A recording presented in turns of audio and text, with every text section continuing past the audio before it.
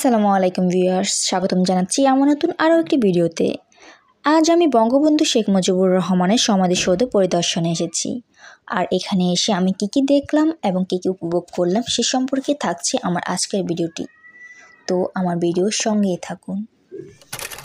বঙ্গবন্ধু সমাধিসৌধ হলো গণপ্রজাতন্ত্রী বাংলাদেশের প্রতিষ্ঠাতা ও প্রথম রাষ্ট্রপতি শেখ মুজিবুর রহমানের সমাধি।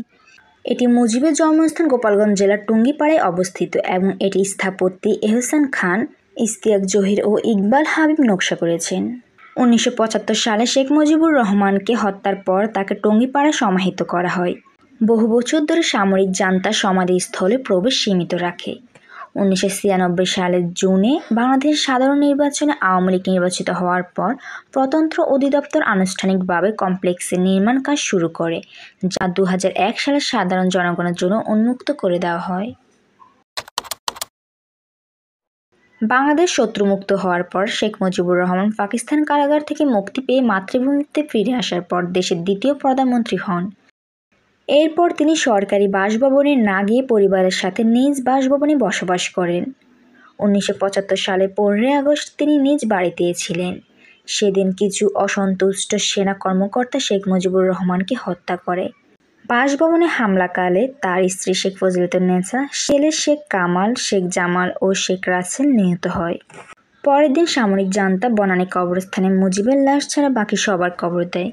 শেখ মুজিবুর রহমানকে দেশের রাজধানী থেকে দূরে তার জন্মস্থান টঙ্গিপাড়ায় সমাহিত করার সিদ্ধান্ত নেওয়া হয়। প্রতিরক্ষা গোয়েন্দা মহাধিদপ্তরের মহাপরিচালক একজন মেজরকে তার লাশ তার গ্রামের আত্মীয়দের কাছে হস্তান্তর ও তাদের তদারকির দায়িত্ব দেন।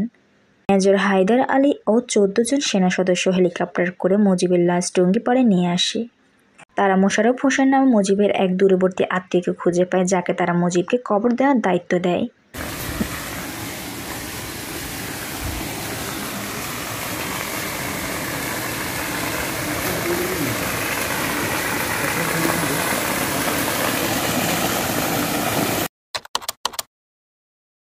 এই সমাধি কমপ্লেক্সটি 38.30 একর জমির উপর অবস্থিত।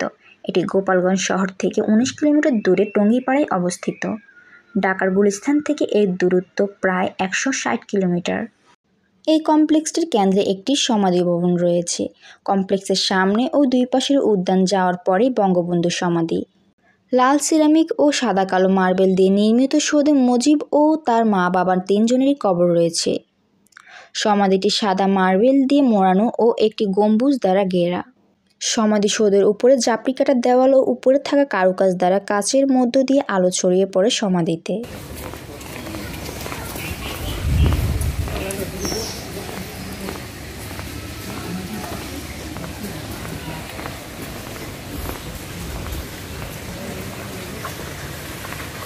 বাংলাদেশের স্বাধীনতা দিবস, বিজয় দিবস, জাতীয় শোক দিবস ও মুজিবের জন্মদিন সহ বিশেষ দিবস উপলক্ষে এখানে সরকারি ও সামরিক অনুষ্ঠান অনুষ্ঠিত হয়। সরকারি সফরের সময় বিদেশি গণ্যমান্য ব্যক্তিরা ও কর্মকর্তারাও সমাধি পরিদর্শন করেন ও শ্রদ্ধা জানান।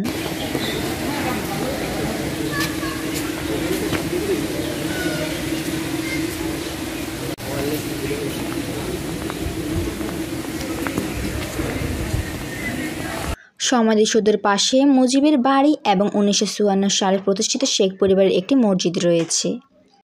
এছাড়াও এখানে মুজিবের জীবনের সাথে সম্পর্কিত ঐতিহাসিক স্থান রয়েছে, যেমন একটি পুকুর, পারিবারিক বাগান ইত্যাদি। এখানে শেখ রাসেলের নামে একটি বিনোদন পার্কও রয়েছে।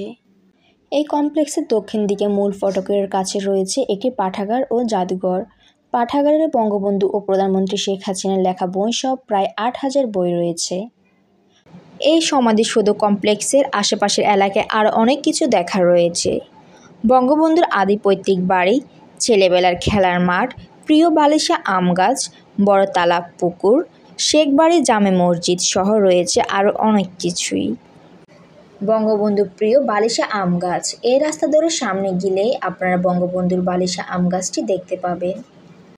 এছাড়াও রয়েছে এখানে গবেষণা কেন্দ্র, প্রদর্শনী কেন্দ্র, উন্মুক্ত মঞ্চ, পাবলিক প্লাজা, প্রশাসনিক ভবন, ক্যাফেটেরিয়া, মসজিদ, বকুলতলা চত্বর ও সুবেনির কর্নার। সমাধিসৌধ কমপ্লেক্স থেকে 300 মিটার দূরে সাবেক খাদ্য গুদামের পাশে বাইগার নদীর তীরে ও 2 কিলোমিটার দূরে পাটগাতি বাজার সংলগ্ন মধুমতি নদীর তীরে রয়েছে বঙ্গবন্ধু স্মৃতি বিজড়িত দৃষ্টিনন্দন 2টি লঞ্চ ঘাট।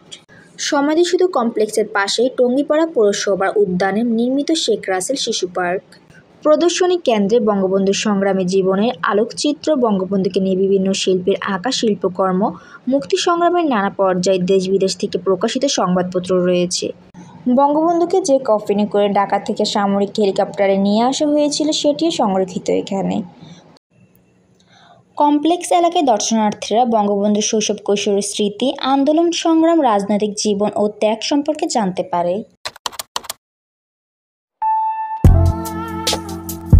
প্রতিদিন সকাল ৮টা থেকে সন্ধ্যা ৬টা পর্যন্ত বঙ্গবন্ধু সমাধি কমপ্লেক্স এবং সকাল ৯টা থেকে বিকাল ৫টা পর্যন্ত পাঠাগার খোলা থাকে।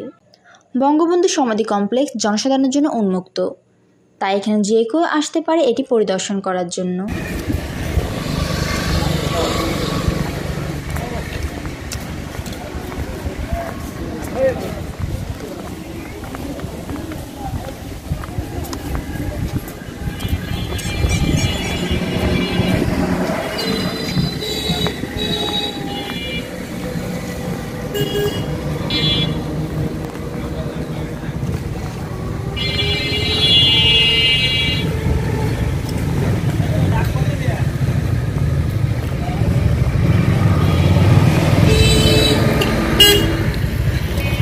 তো ভিউয়ার্স, বলতে বলতে আমার আজকের ভিডিওটি প্রায় শেষ পর্যায়ে। কেমন লাগলো আমার আজকের ভিডিওটি যদি ভালো লেগে থাকে তাহলে please like this video and subscribe to my channel.